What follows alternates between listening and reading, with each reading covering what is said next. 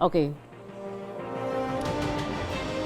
Unfazed by China Coast Guard's tight watch over the West Philippine Sea, two supply boats successfully reached the Ayungin Shoal to deliver supplies for Filipino troops stationed on board the BRP Sierra Madre, but with the usual radio challenge. The Philippine Coast Guard denies China's pronouncement. A special arrangement made the resupply mission a success. Need to ask permission from the Chinese government. As far as the Philippine government is concerned, Ayungin Shoal falls within the exclusive economic zone of our country.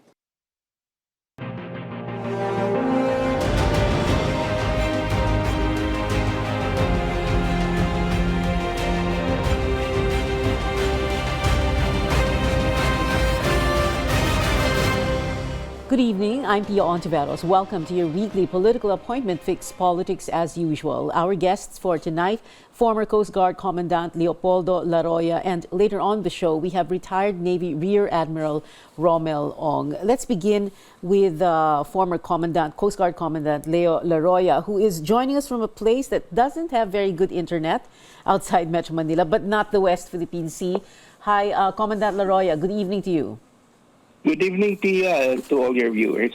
Yes, well, Commandant Laroya, as a retired Coast Guard officer and commandant, you have the benefit of hindsight and experience and the freedom now to speak freely, I think, I suppose. What do you make of this Chinese ambassador's pronouncements that yesterday's successful resupply mission to the BRP Sierra Madre was made possible because of a special arrangement? What does that mean to you? I am not privy to whatever coordinations made, but I suppose there were none. Remember that they have been hounding our ships, and our attempt to resupply again was again met by, according to the news, was again met with deception from the Chinese Coast Guard. They were again trying to prevent. It just so happened that the Coast Guard, as I heard it from the news, was able to successfully resupply. Mm-hmm. Commandant Laroya, when you say, kasi ang sabi, they were shadowing, blocking, and doing dangerous maneuvers, why is that dangerous on the high seas? Well, of course, when you are aboard ship and as a captain, you are always looking for the safety of the vessel and the personnel aboard the vessel. There are some maneuvers made by the Chinese Coast Guard that are threatening the safety of our Coast Guard personnel. So when you say dangerous maneuvers, they pass at the bow area of the vessel or trying to get near our vessel, and that is very dangerous, especially in the high sea, because it's hard to control a vessel in the high seas. No? Is it possible, posible ba na magka-aksidente na, even if they say that they're just doing that to scare or threaten or warn our Coast Guard, posible ba magka-aksidente? And would they do that knowing full well that those are dangerous maneuvers? Yes, that is very possible. No? It's really the expertise of our captains to prevent it. No? For example, if the Chinese vessel passed the bow of the Philippine Coast Guard vessel, knowing that our Coast Guard, our Philippine Coast Guard captain sees the danger in it, then he tries to stop our vessel or change course of our vessel to prevent any collision. Remember that the Chinese vessels are former Navy warships. No? They are made of metal and they are bigger than our Philippine Coast Guard vessels.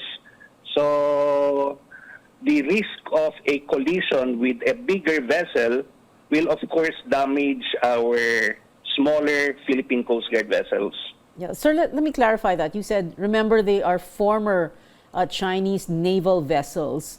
So What do you mean by that? Nagkukunwaring Coast Guard or talagang Navy vessel siya before, ginawang Coast Guard? Paano yon? No, And no, then actually, in that regard, para actually, bang hindi ata patas ang laban? Parang ganon?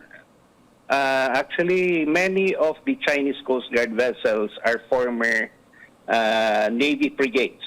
They are corvettes or frigates, and they were transferred from the Chinese Navy to the Chinese Coast Guard, and they were painted white. So remember that if the white vessels like the Coast Guard, the Philippine Coast Guard, Chinese Coast Guard, are law enforcement vessels. They're not war vessels, no? They're not for defense, but they're for law enforcement. So, yung sabi mo na hindi pantay, tama ka dyan kasi malalaki talaga yung vessels nila. They are big, and our Coast Guard vessels, no? Philippine Coast Guard vessels are built for law enforcement, search and rescue, combating pollution. So, may specific purpose yung Philippine Coast Guard vessel eh. And if you'll notice, our Philippine Coast Guard vessels are only armed with small arms, no? Hindi mga big guns, but small arms. Commandant Laroya, so meron tayong shadowing, blocking, and dangerous maneuvers. Tapos may radio challenges pa, nagkapalitan ng radio challenges. Tapos meron pang hindi naman tinutok pero parang nag-warning na yung water cannon pinapaandar pero hindi naman tinututok. So, is this what's going to happen? Is this what we are going to see every single time? Ganito na lang ng ganito? Well, it has happened even before, no? Sa Scarborough Shoal, nangyari na rin yan before. Pero ang response talaga natin, it's dictated by the task force of the West Philippine Sea. No? As much as possible, diplomacy is being used. No? To tell you frankly, yung ating mga newer vessels, they also have water cannons. Kasi nga, ang ating vessels are built for search and rescue, for fire, for responding to fires at sea. So meron din tayo, except that it was deemed fit that we do not respond in kind kapag ginawa nila because may maximum tolerance tayong ginagamit. At Commandant Laroya, dapat pa rin ganoon? We should not respond in kind? It's not for me to say, but actually it should be something that will be discussed by the task force. I believe the higher authorities will decide on that one, whether it's fit to respond or not at the moment. No? But if you were asked for in the near future, if it happens again. But if you were asked for your recommendation, what would you advise? Palagay ko kasi if we provided a protest against the use of water cannons, mawawalang saysay yung ating yung ating protest if we do it ourselves. Okay. So we have to be very careful on what to decide to do kung mangyari uli, no? Oo. Is it responding to a provocation? It's really a very delicate matter, no? I think it should be discussed first with the task force, with the different agencies, with the foreign affairs, with the DND. Okay. Commandant Laroya, we need to take a very quick break, but I just need 2 more minutes of your time. I know you are at an event right now, pero 2 minuto na lang po, Commandant Laroya. We'll be right back. This is Politics as Usual.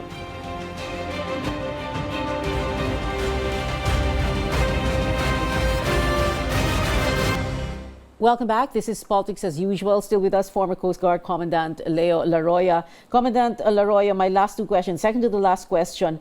So many ideas now as to how to establish sovereignty, magsadsad daw ng isa pang barko, or build a structure like a lighthouse. What would you suggest? We have actually started building lighthouses and buoys in the area of the Spratly Islands. No? Sa biggest island that we own, we have already put up buoys, no, and lighthouses. So that is also possible. It can be used as part of our claim, no, to strengthen our claim to these areas. Yun nga lang, no, kung quote-unquote papayag ang China na makalusot yung mga barko natin with all those supplies. And my last and final question, Commandant Laroya, in all your years in the Coast Guard, was there ever a promise to remove the BRP Sierra Madre from Ayungin Shoal? As far as I know, there was none. So we have that was the that's the first time that I heard it in the news, no. But I was surprised to hear it in the news because it was never a discussion when I was still active in the Philippine Coast Guard. Okay. Do you have final words, Commandant Laroya? Well, I support our Philippine Coast Guard and our Philippine Navy and the Department of National Defense in helping our personnel that are based there in the Spratly Islands, in the contested islands. And I hope everything will turn out well. Former Coast Guard Commandant Leo Laroya, good evening to you, sir. Thank you very much for joining us tonight. Our next guest joining us via Zoom, retired Navy Rear Admiral Romel. Good evening, sir. Thank you very much for being with us. I'm going to ask you the same questions I had asked Commandant Laroya. So, itong sinabi ng Chinese ambassador na there was a special arrangement to allow our boats through their boats so that we could, our Navy and Coast Guard could deliver those supplies. What do you make of that, sir? Well, of course, that's a very ridiculous statement. But my sense is they're talking to their domestic audience doon sa mainland China. Kasi ang nangyari dito, parang nakalusot tayo eh. So they have to justify it to their domestic or their internal public. Bakit sila nagpabaya? So it's more of internal to them rather than directed to us message. Oo. Itong nakita natin, sir, yung sinasabing shadowing, blocking, dangerous maneuvers on the high seas, itong radio challenges, para bang tit for tat nangyayari, itong use of water cannon or the restrained use of water cannon. Are we going to see this every time na magde-deliver, magre-resupply, magdadala ng bagong tropa sa Sierra Madre? Ganito na lang ba ng ganito?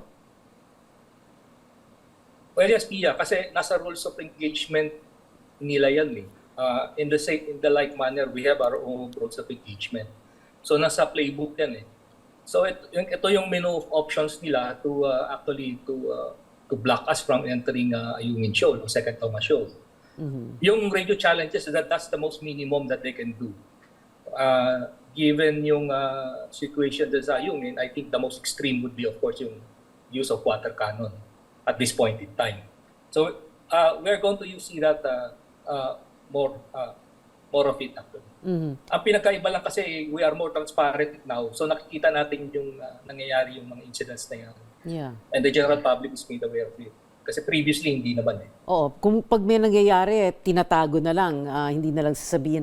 Sir, yung sabi niyo minimum ang radio challenge. So maximum is water cannon. Can they do anything more than that? Because a while ago, as Commandant Laroya was explaining, some of those Chinese Coast Guard ships are actually former Chinese naval vessels, and therefore we presume that they may be armed, or at least mas superior ang weapons nila, kung meron man.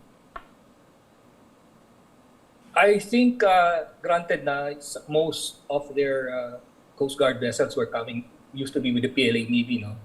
But dinimilitarize nila yan eh. So, in the video that I see previously, yung current, no? Wala naman ako nakitang visible na weapon system doon sa labas eh. Of course, yung small arms pwede yun. So, tinanggal din nila yung armas. So, basically, yan. We're looking at the militarized vessels. Okay. So we have nothing to worry about. As far as you're concerned, like you said, and as far as you can see in the video, they look like they're demilitarized. Tinanggal yung mga armas na yon. Admiral Ong, itong ideas, quote unquote, no, as to how to exert or assert sovereignty. Like for example, magsadsad daw ng isa pang barko or build even more structures, lighthouses, etc. Commandant Laroya was saying meron namang mga lighthouses elsewhere, naglagay na sila ng mga buya, halimbawa. Ano pa bang pwedeng gawin at this stage? At this stage, Pia, kasi nakadepende yan yung political decision sa taas. Kasi the options are always there naman eh. Ang situation kasi natin, anything that we do there that is outside of yung resupply missions will be used by China as an excuse to say na escalatory yung actions natin. Okay. Okay. Yung kalaban kasi natin dalawa eh. The Chinese Maritime Forces tsaka Mother Nature. Okay. At some point in time, magiging problematic na yung habitability tsaka yung sustainability ng Sierra Madre. Okay. Now, the solution there, of course, is palitan yan. Now, whether that would be another ship, sasadsad mo, whether that's a concrete structure or a prefabricated structure na itotow mo papunta ron, that is a technical issue that needs to be resolved. But yung going there and doing it, that's a political decision. Kasi it will, of course, have some ramifications. The second point is, in doing that, are we prepared to ask our allies and partners to help us do it? Kasi I don't think we have enough ships to manage that movement or that action. Kasi ganito eh. We control the inside the shoal, but to be able to do that menu of options na pinag-usapan natin, you need to control the areas around the shoal. Right now, yung PLA Navy, Chinese Coast Guard, and militia are the one in control of yung labas ng shoal. So you brought up that issue about, are we ready to ask our allies for help? I wanted to ask you if joint patrols, for example, or drills, war games on the high seas, is that what we need right now? And is that going to help us if the decision of the higher ups is to do to bring in more structures, for example, or build more. When we come back, more of those questions and answers with retired Navy Rear Admiral Romel. This is Politics as Usual.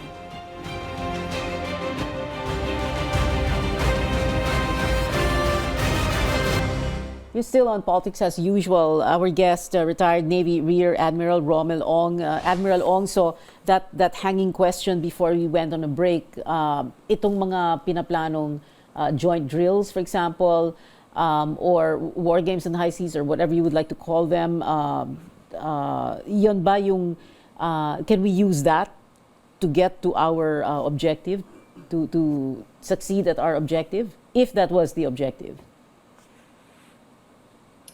Well, yeah, pwede gawin yun. But the key there is saan mo dadaling yung joint patrol or yung joint exercise mo. If it were me, I will conduct that activity between Mischief Reef and Second Thomas Shoal. Kasi you need to screen it. You need to provide a buffer between yung forces nila coming from Mischief Reef that's going to harass us dito sa Second Thomas Shoal. And of course, I would do the exercise of patrol around the shoal itself, Second Thomas Shoal itself. Okay. But if you're going to do it somewhere else, I don't think minimal lang yung effect nun. Okay. And if this happens, let's say, again, kunwari lang na mangyari, so meron tayong joint drills with any of our allies, like you said, between Mischief Reef and Second Thomas Shoal, ano yung magiging reaction naman ng Chinese Coast Guard at Chinese Navy na nagbabantay doon? Ano kayang gagawin nila? Of course, hindi mo naman matatago yan eh. Once they were able to discern na merong movement of ships converging at that area or any area doon sa Kalayaan Group of Islands, they will also converge. Okay? They will also converge to kung saan yung expected area ng where we will be prepositioned. Kung joint patrol naman niya yung in transit, shadow nila yun. Kasi nangyayari dito, pag pumasok yung barko ng Amerikano sa Luzon Strait, doon sa may sa may northern part of the Philippines. May nakaabang na ron na PLA Navy nagbabantay. So from there, sa shadow na yan kahit saan pumunta sila ng South China Sea. Okay, so magsha-shadow and then magre-radio challenge. The same things they've been doing all these years. Yes, and they will report to yung nila, Southern Theater Command kung nasaan papunta yung whatever yung vessels na yun.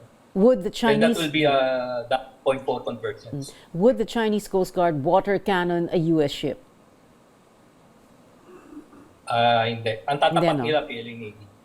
Pero okay, pero hindi water cannon ang gagawin ng PLLE Navy. Pwede nilang dikitan. Pwede nilang i-approach at a close distance. Then tatapatan nila. Ginawa na naman nila dati. Or they will, kagaya nga sinabi ni Admiral Laroya earlier, pwede nilang mag-cross the bow doon sa harapan. Which is so dangerous also. Dangerous, yes, but calculated naman yun eh. I presume they are also good sailors. No? So, part of the playbook yan eh. Yung tactics na yan. So parang Psy-war lang, in a sense. Yes. Psy-war on the high seas. Yes. Yeah. Other game of chicken eh. Sorry, what's that, sir? Game of chicken. Kung sino yung kabahan, siya yung titiklop. Siya yung iwas. Okay. Sir, in all your years, teka, kailan po kayo nag-retire, sir? What year? 2019. 2019. So, Yes. okay. And sinadsad kasi yung BRP Sierra Madre 1999. In all your years, from 99, nung unang pinasadsad yung Sierra Madre doon sa Ayungin Shoal, until the time you retired, did you ever hear, was there ever a promise to remove the BRP Sierra Madre from Ayungin Shoal? At my level, wala. I never heard of that information or even that a hint of that. And what did you think when you heard or read that news na yun ang claim ng China, ng Beijing, na nag-promise ang Pilipinas na aalisin ang Sierra Madre? Nung una, I think, baka nagkamali ng barko. I was thinking of yung barko na sinadsad sa Scarborough Shoal. Which one was that, sir? I forgot which one eh. Kasi if you remember, there were two grounding operations. Okay? One of course is dyan sa second, Shoal or Ayungin. The second one is sa Scarborough. Okay. Was that before? That was before Sierra Madre. No, nauna yung Sierra Madre. Okay. My recollection, nauna yung Sierra. Okay. So you're Then saying the second one was... Okay. So you're saying na baka nagkamali ng intindi. So nag-promise, baka posibleng nag-promise ang Pilipinas na alisin namin yung barko dyan, pero hindi yung Sierra Madre ang tinutukoy. Yeah. Yun yung unang, that was the first thing that came to mind.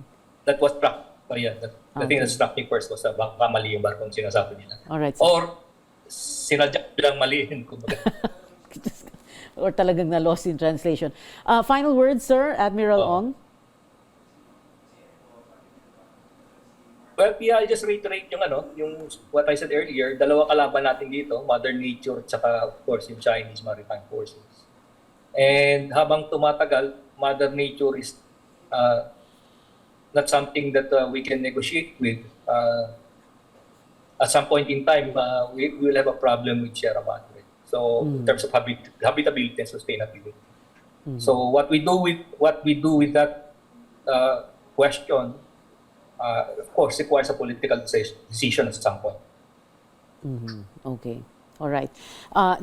Retired Navy Rear Admiral Romel Ong, sir, thank you very much for joining us this evening. And thank you also to former Coast Guard Commandant Laroya, who joined us earlier on the show via phone. Maraming salamat po sa inyo, Admiral Ong. We've been told before, don't talk politics at the dinner table or the family reunion or in Viber groups and risk warfare, digital or otherwise. But we can talk about it here at this table on this show, your weekly political appointment fix, politics as usual. I'm Pia Hontiveros. See you back here next Wednesday, 8 p.m.